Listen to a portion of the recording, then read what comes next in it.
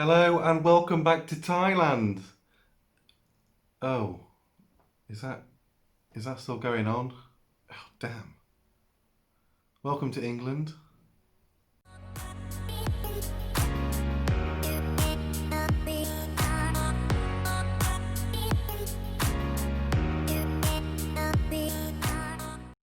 Okay, so I'm not in Thailand like everybody else. Highly frustrated I can't get back there because of COVID. What are you going to do? So it's been a while since I posted last, and I'm trying to think of things I can post that is related to Thailand where I'm not in Thailand. Um, so I've decided to do a video on things not to do in Thailand. So I hope you enjoy the video. I've got a list here, so if you see me looking down, that's what it is. There's quite a few things on here. I'm going to go down the list, things that I think are more important for people that have never been to Thailand before, that maybe don't know what they should know, have not done enough research, and just things that will help you when you go and you get there. So number one I've got on the list is touching monks.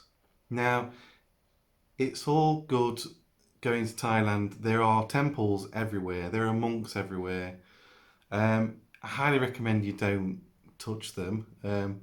Happily why them. And if they talk to you, talk back. They're quite friendly people.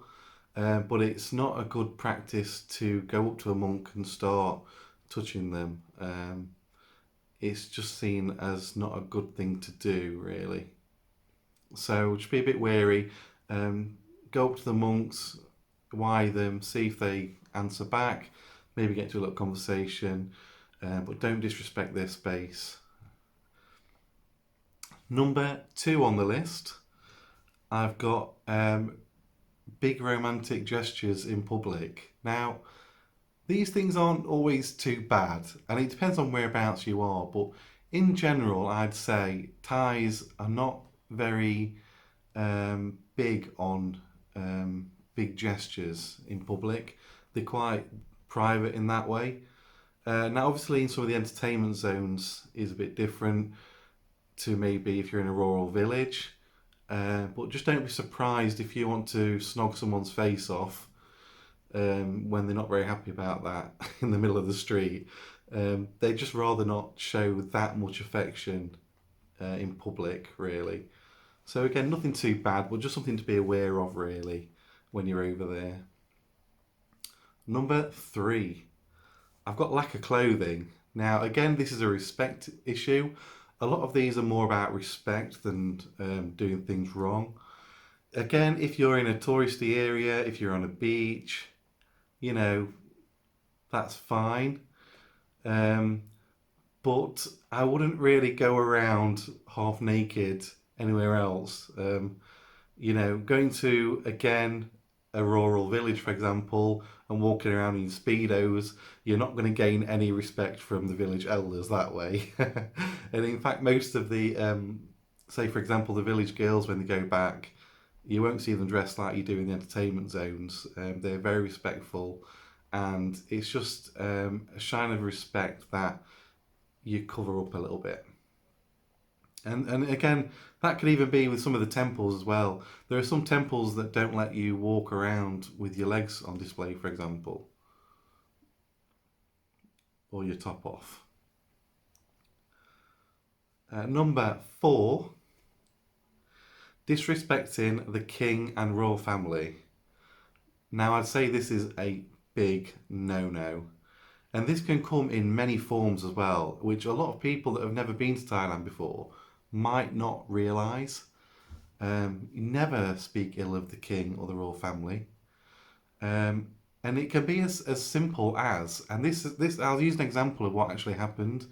I went to Thailand. One of my friends got some money out, and to pay a bill, they ripped this note up into a ball and threw it. Now, what you don't really think of consciously is that the king's head is on that note, and you're in essence doing something you shouldn't to the royal family. And again, an example: if you drop some money on the floor and the wind starts to blow it, and you stamp on it to stop the wind blowing it away, you're in essence stamping on a picture of the king. And Thais around you will notice that sort of thing. So just be very careful when it's involving the royal family. Um, if you're down the wrong end of a town with the wrong end of people and you do something like that, you could end up in hospital, you know. Again, the entertainment zones are a bit more forgiving. They know tourists don't really know all of this or don't think about what they're doing.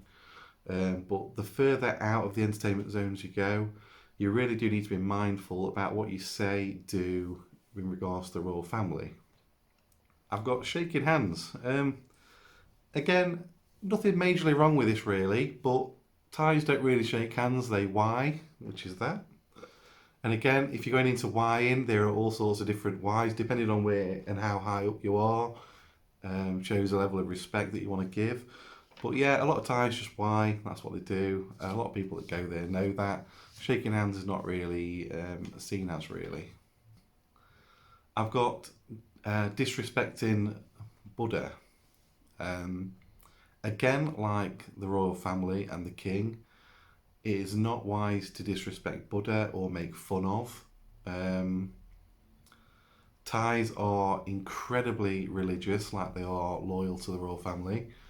And if you go around making light of Buddha, you're asking for trouble that you don't really need to deal with. Again, a lot of people are quite forgiving, but the more you do it, and if you do it often, disrespecting Buddha, you're going to just find yourself in trickier and trickier situations, really. So it's just best to just not disrespect Buddha. I've got pointing the finger and showing the bottom of your feet. Again, this is more of a respect thing. Um, you shouldn't really touch heads of Thais. Thais see the head as the most valuable part of the body, and likewise they see the feet as the dirtiest part of the body. So, like you wouldn't go around touching Thai people's heads, showing the feet is seen as the most disrespectful, and it's doing things that you wouldn't really think about. Like for example, you know, if you've been walking around and you go to a bar and you put your feet up on the table, bare feet. You know, you take your flip flops off. You put your feet on the table, pointing outwards, dirty. It's just a bit disrespectful, really. And again, the Thais will notice that and just think, it's a bit disrespectful. So nothing major. And again, with pointing's just seen as a little bit rude in Thailand. Just don't try not to do it. Again, they're quite forgiving on the pointing, but you keep shoving your feet up on tables in front of other Thais, and someone will soon let you know not to do it. Okay, another big one. Don't do drugs in Thailand. I mean, this is pretty obvious anywhere in the world, but Thailand, um, they don't do, they don't accept drugs. If you're caught taking, possessing, dealing drugs in Thailand, you're going to get fined heavily, and you're most likely going to end up in prison. That's the bottom line to it. Just don't do drugs anywhere anyway, especially not in Thailand. Don't go there. It's not worth it. Okay, I've got overstaying your visa. Now, if you're just a few days over your visa, they're not going to do anything about it. You get to the airport, you're going to get fined for it. You'll pay, I think it's 500 baht a day. I'm not sure on that. Someone can correct me in the comments. But if you overstay vastly, like if you overstay a year, you're going to get banned from Thailand when you leave. If you're caught, you'll get banned for a lot longer. If you voluntarily give yourself up, you'll get banned still. Just don't overstay your visa. It's just as easy to do a visa run out of the country and back in. And again, if you're a few days over, don't worry about it. Pay the fine. It's not good though. Still, just don't overstay your visa. Is the bottom line of it. But really, really think about if you want to overstay your visa by a long time, you're going to get banned from the Kingdom of Thailand. And is that really what you want? I don't know. So overstaying your visa is just not something to do. It's not good practice to even be a few days over. Okay, and my last two I've got down. Um, I've got shouting at Thais, and I've got fighting with Thais, or falling out with Thais. Now, if you've been to Thailand, which you probably have, you're watching my channel, you'll know that Thais are pretty loud people, and you'll often hear them shouting, but they're not shouting. Um, they're not shouting in anger. They're just very loud people when they talk. On the other hand, as Farang, if we get into an argument with a Thai and we start screaming our heads off at them, it's not going to go down well. Trust me. Just don't have a shouting match with a Thai person. It's not worth it. Whatever it is you're shouting about, it's not worth where that's going to lead. Now, if this gets into a fight situation, you're in trouble. You should never fight with a Thai, because I guarantee you, before you know it, that one Thai person you're fighting will be 20 Thai people. It is not worth it.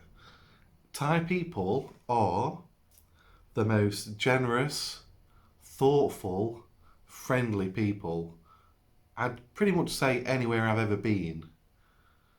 But one big caveat to that, don't get on the bad side of them and do not fight them. You don't know where it's going to end up. I'll give you an example. One day, well, I'd say it was about 5 in the morning. We were walking back to the hotel. We'd all been had lots to drink. We'd met this American guy, and we were talking, we were chatting, having a laugh, and we was all walking in the same direction. So he's walking with us. Now, to save time, we didn't want to go up the soy and onto the main road. We were going to cut through these side soys, and I mean like these little jitty alleyways.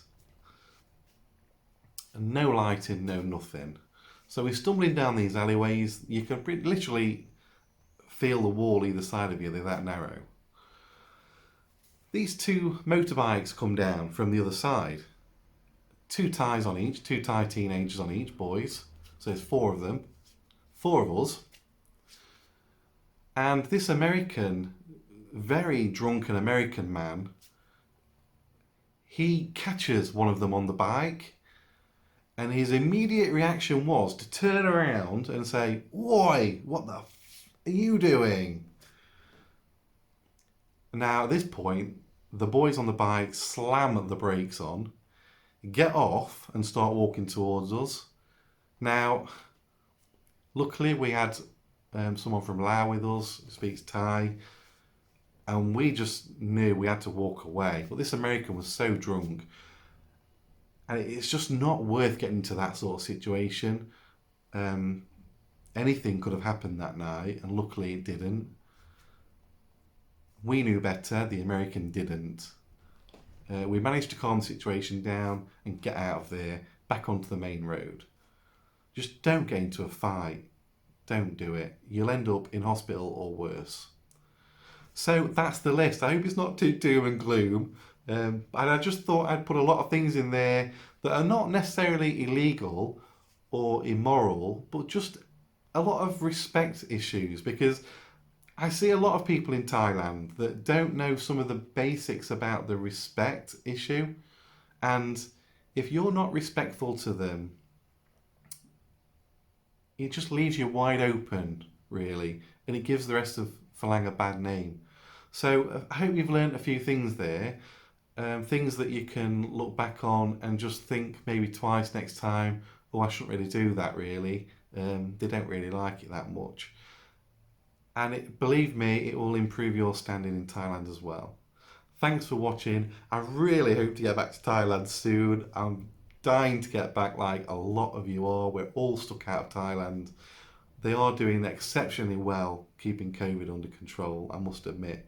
I wish the UK government would be as responsive. But they're doing what they're doing. We're doing what we're doing. We're back in Thailand soon. Thanks for watching the video. Any suggestions, anything you think I've missed off, links in the description below. Thank you very much.